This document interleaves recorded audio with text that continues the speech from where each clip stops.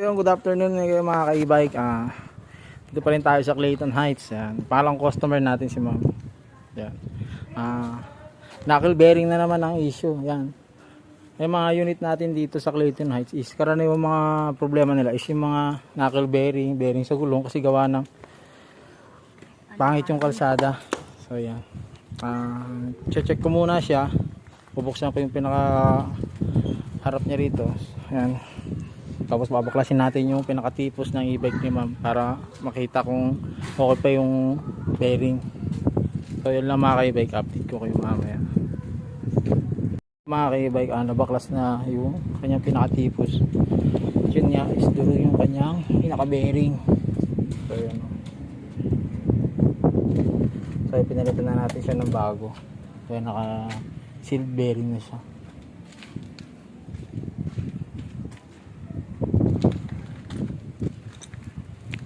Ito yung dating bearing naman. Durog na. Ay mga ka-e-bike, fix ko rin muna siya tapos update ko na lang yun. Mga ka-e-bike, na-fix ko na siya, nabalik ko na siya dati.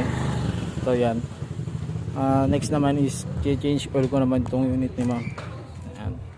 Tapos natin siya papa-test drive ka ma'am.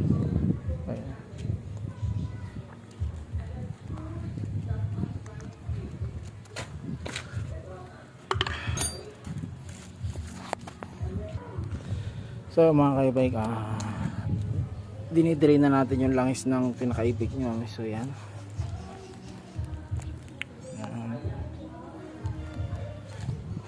So mga ka-e-bike, yun lang naman ang problema ng e-bike nyo ma'am. Change oil tapos yung knuckle bearing nagpalit tayo kasi durog na siya. Gawa ng malubak dito sa daan sa Patiis Road. Ayan. Tapos yung bearing sa gulong okay pa naman, good pa naman siya.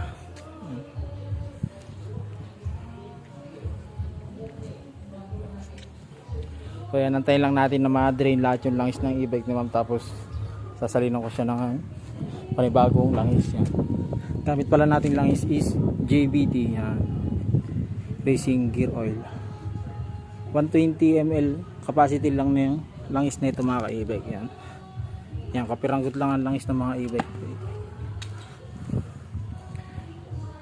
Yan ang pinaka-maximum na gear oil niyan mga ka-e-bike. So yan. Kinis pa ng e-bike ni ma'am. Alaga. So yung mga ka-e-bike, update ko na lang kayo mamaya pagka test drive na ni ma'am. So yan. So yun mga ka-e-bike, natapos na natin lahat, pati change oil. Yan, testing na ni ma'am.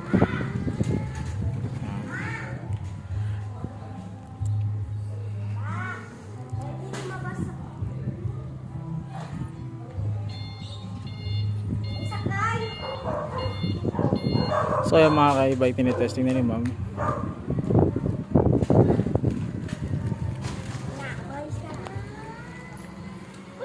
Tirik na yung mga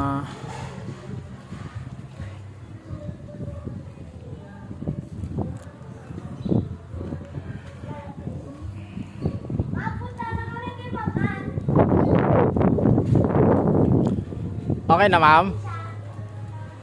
Wala na yung lumalagotok? Opo. At saka kahit isang kamay mo lang na yan. Opo, yan. Kasi bago na yung bearing niya ma'am. So yan, okay na. Yan, okay na mga kaibigan.